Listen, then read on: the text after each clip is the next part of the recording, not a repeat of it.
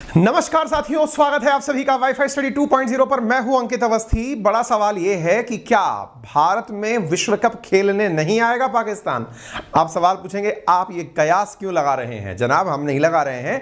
Pakistan cricket board के जो chairman हैं या मुख्य पर्सन हैं, जिनका नाम है रमीज राजा, उन्होंने खुद ने यह बयान दिया है। जनाब, आप इधर देख लीजिए, बयान है, we will adopt aggressive approach Rameez Raja Indian boycotting Asia Cup, और लिखा है Pakistan threatens India to boycott cricket World Cup 2023।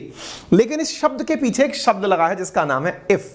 ये इफ ना बहुत कुछ कह जाता है, जैसे हमारे थंबनेल्स में क्वेश्चन मार्क, एक्सक्लेमेटरी मार्क, बहुत कुछ कह जाता है, सवाल या निशान, क्या होगा ऐसा, विस्मय बोधक चिन्ह, क्या ये सही है? यानी कि इस तरह का जो शब्द है वैसा इफ की भी वैलिडिटी है। इफ की क्या वैलिडिटी है? If India don't come. अच्छा, इसका मतलब ये हो रहा है, ये बिल्कुल वैसा है जैसे शादी के सीजन चल रहे हैं उत्तर भारत में इस समय पर, और सीजन में ये हो रहा है कि आप अगर हमारी शादी में नहीं आए तो हम आपके कुआं पूजन में नहीं आएंगे, यदि आप हमारी लगन में नहीं आए तो हम आपके जनेऊ में नहीं आएंगे। ये जो तथस्थ वो व्यवहार चल रहा है कुछ ऐसा। अब भाई वास्तविकता भी है, बाप बेटे का रिश्ता है तो इतना तो बनता है ना कि वो हमसे कुछ अपेक्षा रखे और हम उसकी पूर्ति करने के लिए आगे बढ़ें, हम उसको पनिशमेंट देने के लिए करें। लेकिन बेटा कहे नहीं नहीं, अगर आप नहीं आए मेरे फंक्शन में तो मैं भी नहीं आऊंगा, वो बात दूसरी है कि हम उसको बिल्कुल वैल्यू नहीं दे रहे हैं, लेकिन फिर भी उसका कहना बनता है। भाई बच्चे ही तो बाप के सामने रोने का नाटक कर सकते हैं, पिताजी थोड़ी ना मतलब रोएंगे बच्चों के सामने। तब ऐसी स्थिति में रमीज राजा बोलते हैं कि यदि इंडिया हमारे यहां पर एशिया कप खेलने नहीं आया तो हम विश्व कप खेलने नहीं जाएंगे। हाँ, अब ये बात जब आप बोलोगे तो एशिया कप और विश्व कप दोनों के बारे में पता होना चाहिए। यही है रमीज राजा जिनकी बातें हो रही हैं। एशिया कप कब है? तो साहब इसी साल 2023 जब शुरू होगा, अभी एक महीने बाद, मतलब आप दिसंबर के बाद जनवरी, आप साल भर की बातें जो करने वाले हैं 2023 की, उसी की बातें हो रही हैं। देखिए, बड़ा ही कोइंसिडेंस है, 2022 में भी एशिया कप हुआ, 2023 में भी एशिया कप हो रहा है, और तो और एशिया कप और विश्व कप एक ही साल हो रहा है, और तो और 2 महीने के अंतराल पर हो रहा है। लगभग जुलाई अगस्त में एशिया कप है और उसके बाद में अक्टूबर नवंबर के अराउंड जो है विश्व कप हो जाएगा क्रिकेट का। अब साहब सवाल ये बनता है, एशिया कप कहां होगा और विश्व कप कहां होगा? एशिया कप की मेजबानी पाकिस्तान को मिली हुई है। अच्छा, कोई बात नहीं साहब, अच्छी बात है। और सर विश्व कप की मेजबानी भारत को मिली हुई है। सर विश्व कप तो वो इवेंट है ना जो 4 साल में होता है। जी हाँ, वही वाला है और वो भारत में होना है। ठीक बात है। एशिया कप चूंकि पहले है और पाकिस्तान में है, तो बोले परेशानी क्या है? परेशानी ये है कि जय शाह, अब उनको शाह शब्द से ही समझ जाइए, जय शाह अमित शाह जी के सुपुत्र, जो कि वर्तमान में एशियन क्रिकेट कंट्रोल बोर्ड के चेयरपर्सन हैं, अध्यक्ष हैं। उन्होंने क्या कहा? उन्होंने कहा कि चूंकि पाकिस्तान इस समय एशिया कप का मतलब होस्टिंग कंट्री है, मेजबान है, हम वहां खेलने नहीं जाएंगे। अब इंडिया ने ऑलरेडी मना कर दिया कि हम एशिया कप खेलने पाकिस्तान नहीं जाएंगे। इसका मतलब हमने ये इनकार नहीं किया कि हम एशिया कप नहीं खेलेंगे। तो बोले फिर? बोले हम एशिया कप खेलेंगे लेकिन किसी न्यूट्रल प्लेस पर खेलेंगे। बोले न्यूट्रल प्लेस का मतलब? बोले पाकिस्तान न्यूट्रल नहीं है, वो हॉस्टाइल कंट्री है। वहां पर कश्मीर का राग इतना अलापा जाता है, वहां पर मतलब आतंकियों ने क्रिकेट टीम पर हमले किए हुए हैं। ऐसी स्थिति में इंडिया वहां जाकर उसे एक इस शांत कंट्री का तमगा पहना दे कि हाँ भाई तुम अच्छी कंट्री हो, ये हम नहीं होने देंगे। हमें पता है कि वहां पर क्या हालात हैं, तो हम उन्हीं हालात को याद रखते हुए हम नहीं जाएंगे वहां। बोले ठीक है साहब, अगर आप वहां नहीं जाएंगे तो क्या एशिया कप नहीं खेलेगा भारत, ये खबर प्रकाशित हो जाए? बोले नहीं साहब, एशिया कप खेलेंगे, क्योंकि अब अध्यक्ष तो हम हैं, तो हम डिसाइड करेंगे कि कहां खेलें। हम चाहते हैं कोई न्यूट्रल प्लेस ले लो, भले इंडिया में मत खेलो, पाकिस्तान में मत खेलो, न्यूट्रल प्लेस उठा करके कोई दूसरा देश ले लो। और साहब कहां ले ले? कहते हैं जब 2 बिल्लियां लड़ रही होती हैं तो बंदरों को फायदा होता है। तो यूएई तुरंत तैयार बैठा है। यूएई के पास क्रिकेट टीम तो है लेकिन वो सेरिमोनियल है, कोई कुछ बड़ा काम कर नहीं पाई है। यूं समझ लीजिए कि वहां इतना टूर्नामेंट होता है कि उसने खुद की भी एक टीम बनाकर डाल दी ताकि किसी को यह ना लगे कि मेजबान कंट्री के पास खुद की टीम नहीं है ना। वहीं पर आईसीसी एसीसी अपना मुख्यालय बनाकर बैठे हुए हैं। तो ऐसी स्थिति में बोले यहीं कर लेंगे। बोले ठीक है। अब पाकिस्तान से कहा जा रहा है कि तुम यहां आकर खेलो। रमीज राजा ईगो पे ले लिए। ईगो पे किस बात के लिए ले लिए? बोले पाकिस्तान इतना बढ़िया परफॉर्म कर रहा है, मैचेस में इतना अच्छे से खेल रहा है, इंडिया को हराया है, ऐसी स्थिति में हम चाहते हैं कि हमारी क्रिकेट की भी दुर्दशा खत्म हो और हमारे देश के अंदर टूर्नामेंट आयोजित हो। $1 बिलियन इंडियन टूर्नामेंट या $1 बिलियन इंडियन का क्रिकेट टीम वो पाकिस्तान आए तो पाकिस्तान की अर्थव्यवस्था भी सुधरे। अब यहां पर इन्होंने थोड़ा सा अपना एटीट्यूड दिखाने का प्रयास किया। ये वही रवीज राजा हैं जो अक्सर कहा करते थे कि अगर इंडिया चाह ले तो पाकिस्तान क्रिकेट बोर्ड कंगाल हो जाए, लेकिन ये इन दिनों थोड़ा सा T20 के अंदर परफॉर्म ढंग से क्या करके आ गए कि इनके अंदर यह विश्वास पैदा हो गया कि ये ना जाने क्या कर गए हैं। अजी खेल है ये, और खेल में ही खेला हो जाता है, खेला कोई और ही खेल रहा होता है।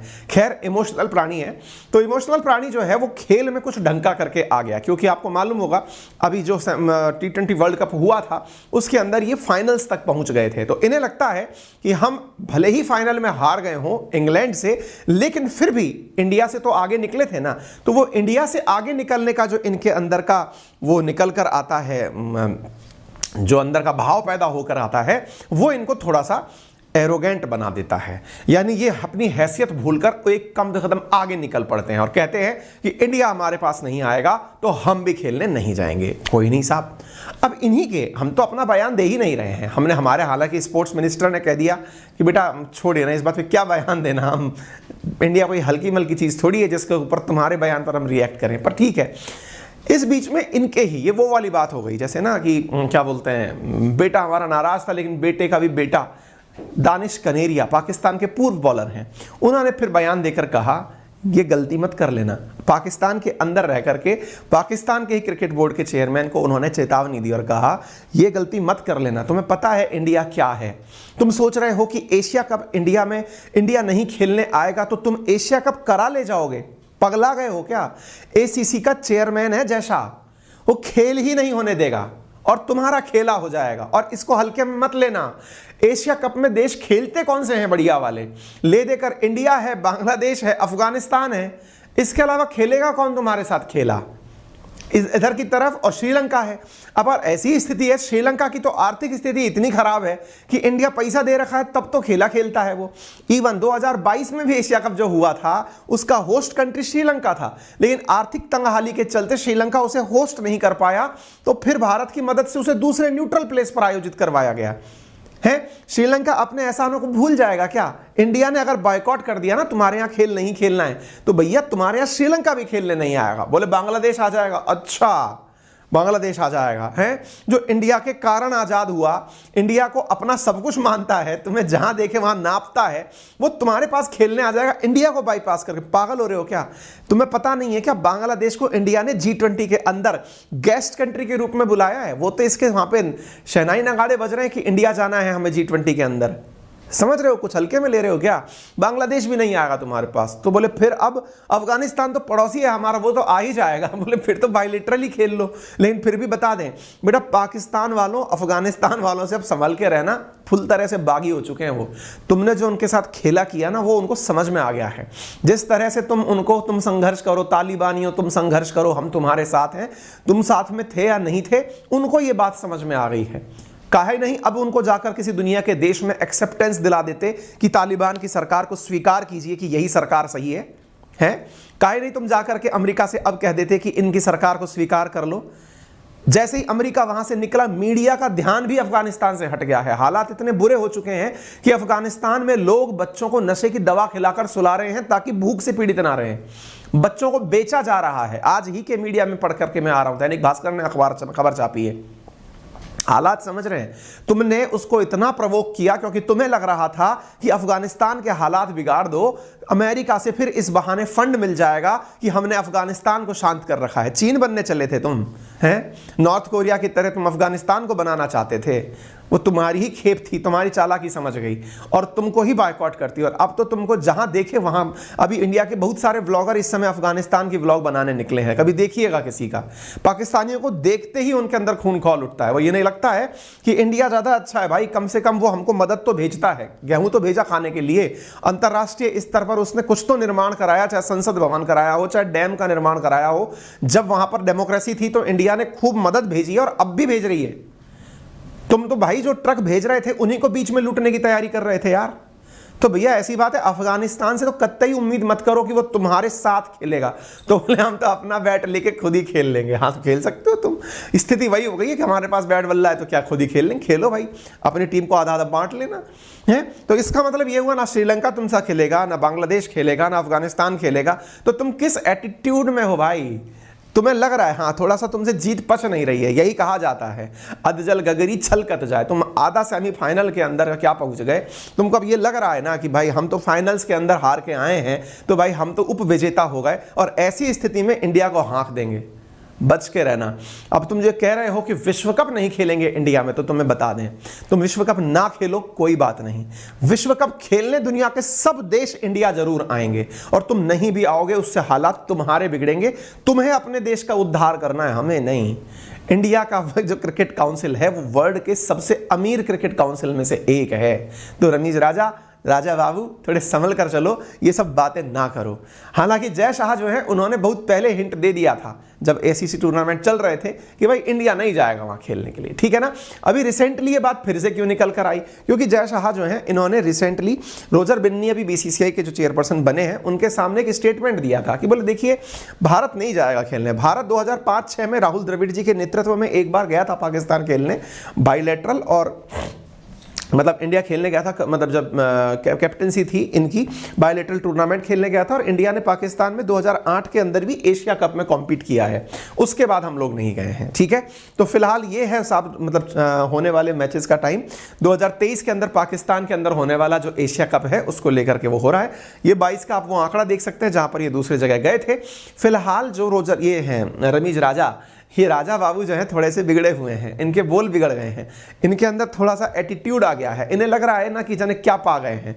अरे तुम्हारे पास एक ही काम है, हमारी क्रिकेट टीम के पास 36 काम है भाई, उन्हें आईपीएल भी खेलना है। अब आप पूछेंगे गुरु जी आप आईपीएल कह करके देश की इज्जत के साथ मखौल बना रहे हैं क्या? जी नहीं साहब, आईपीएल खेल करके भी इंडिया ही पैसे कमाता है, उसमें खेल मनोरंजन है। हमारा देश जो है वो खेल को आन बान शान से नहीं जोड़ रहा है, मनोरंजन को भी यूज ले रहा है कि ठीक है खेलो भाई बढ़िया से, तुमको देख करके थोड़ा हम भी मतलब अपना थ्रिल पालेंगे। तो खेल के साथ मनोरंजन हो रहा है, एंटरटेनमेंट इंडस्ट्री अब बन चुका है स्पोर्ट्स हमारे यहाँ पर, ठीक है। ऐसी स्थिति में ये हमारे ऊपर तंज कसते हुए कहते हैं कि we beat India in T20 cup in the 1 year and Pakistan cricket team defeated $1 billion economy team twice, यानी $1 billion टीम को हमने 2 बार हरा दिया। बहुत बहुत बढ़िया काम किया, हरा करके भी तुम साइड में बैठे हो, तुम्हारे साथ कोई नहीं खेल रहा है, इससे बड़ी चीज क्या होगी? इससे अच्छा तो होता कि तुम हार ही जाते शिष्टाचार में, कि तुम्हारी थोड़ी इज्जत हो जाएगी, तुम्हें लोग खिलाने के लिए तैयार हो जाएंगे। बेटा जीतने के लिए जैसे कुछ ना कुछ चीज़ों में दिखाया जाता है, पता नहीं हमारे ऊपर थोड़ा मिर्ज़ापुर का ज़्यादा ही प्रभाव है। मिर्ज़ापुर के अंदर वो नहीं देखे हो कि जो पहलवान लड़ रहे होते हैं उनमें पैसा दे करके जिताऊ पहलवान को भी बाई चांस ये कह दिया जाता है कि तुम बेटा नहीं खेलो। कारण ये है कि तुम फिर खेल के कुछ कर भी दिए ना तो फिर कूटे जाओगे। इंडिया खेलता है, सही है, खेल किसी के हाथ में नहीं होता है, खेल लक पर भी चलता है। खेल इसीलिए तो खेल है क्योंकि इसमें कभी भी खेला हो जाता है, इतना उड़िए नहीं, ठीक है।